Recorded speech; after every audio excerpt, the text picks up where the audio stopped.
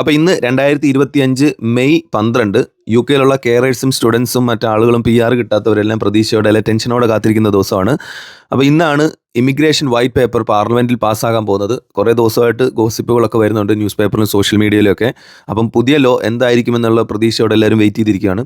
അപ്പോൾ ഏകദേശം നമുക്കറിയാം 2021 തൊട്ട് നമ്മൾ കേൾക്കുന്നതാണ് ഈ 5 വർഷത്തിൽ നിന്നും PR 10 വർഷത്തിലേക്ക് മാറ്റാൻ സാധ്യതയുണ്ടെന്ന്. പലവട്ടവും ഇപ്പോൾ വരും, നാളെ വരും, പുതിയ ലോയിൽ വരും, പുതിയ അധികാരം ഏൽക്കുമ്പോൾ വരും എന്നൊക്കെ നമ്മൾ പലവട്ടം കേട്ടിട്ടുണ്ടായിരുന്നു. പക്ഷേ ഇപ്പോൾ വരാൻ പോവുകയാണ്. നമുക്കറിയാം യു കെയിലേക്ക് കെയറായിട്ട് നിൽക്കുന്ന ഹൈലി ക്വാളിഫൈഡ് ആയിട്ടുള്ള നമ്മുടെ ആൾക്കാർ മിക്കവാറും പേരും എഞ്ചിനീയേഴ്സും ഡോക്ടേഴ്സും MBBS കഴിഞ്ഞ് എൻ്റെ പല സുഹൃത്തുക്കളുണ്ട്. സോ അവരെല്ലാവരും PR കിട്ടിക്കഴിയുമ്പോൾ അവരവരുടെ ഇഷ്ടമുള്ള ജോലിയിലേക്ക് മാറാനുള്ള പ്രതീക്ഷയോടെ ഇരിക്കുമായിരുന്നു. യു കെയിലേക്ക് വരുന്ന മിക്ക ആൾക്കാരും 99% ആൾക്കാരും PR പ്രതീക്ഷയാണ്. 5 വർഷം കഴിഞ്ഞാൽ PR കിട്ടുമല്ലോ എന്ന പ്രതീക്ഷയിലാണ് നിൽക്കുന്നത്.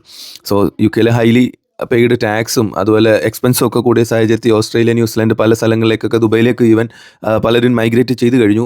പിന്നെ യു കെയുടെ ലോ അനുസരിച്ച് ഗവൺമെൻറ്റിൻ്റെ ഒരു നയം അനുസരിച്ച് യു കെയിലേക്ക് വിസ കൊടുത്ത് ആൾക്കാരെ കൊണ്ടുവരിക, അവരുടെ പൈസ എല്ലാം യു കെയിൽ എത്തിക്കഴിയുമ്പോഴത്തേക്ക് ഇവിടുന്ന് ആളുകൾ സാലറി അയക്കുന്ന സമയമാകുമ്പോഴത്തേക്ക് എന്തെങ്കിലുമൊക്കെ നിയമമാറ്റം വരുത്തി ആളുകളെ നാട്ടിലേക്ക് പറഞ്ഞയക്കുന്ന രീതികളാണ് കഴിഞ്ഞ 2025 ഏപ്രിൽ 9 വന്ന നിയമവും 2024 ഏപ്രിൽ 11 വന്ന നിയമം അനുസരിച്ച് ഡിഫൻസിനെ നിർത്തലാക്കിയതും അങ്ങനെ കെയർ വിസയ്ക്ക് മാറ്റങ്ങൾ വന്നതും പുറത്തുനിന്ന് ആൾക്കാരെ നേരിട്ട് എടുക്കാത്തതും ഒക്കെ അങ്ങനെയുള്ള മാറ്റങ്ങൾ വരുത്താൻ വേണ്ടിയിട്ടാണ് യു കെയിൽ താമസിക്കുന്ന അല്ലെങ്കിൽ യു കെ നിൽക്കുന്ന ആൾക്കാരെ എങ്ങനെയും ഒഴിവാക്കാനും വേണ്ടിയിട്ടൊക്കെ തന്നെയാണ്. അതുപോലെ രണ്ടാമത്തെ കാര്യം ഇംഗ്ലീഷ് ലാംഗ്വേജ് റിക്വയർമെൻറ്റ് A ലെവലിലേക്ക് മാറ്റുമെന്ന്. നമുക്കറിയാം നാട്ടിൽ നിന്ന് യു കെയിലേക്ക് ഇത്രയും ഒരു കുത്തൊഴുക്ക് വരാൻ കാരണം 1 IELTS എടുത്ത് കളഞ്ഞത്, 2 ഡിഫൻസിനെ കൊണ്ടുവരാൻ പറ്റുന്നത്, 3 അതുപോലെ 2 ഇയർ PSW കൊടുക്കുന്നതുണ്ട്.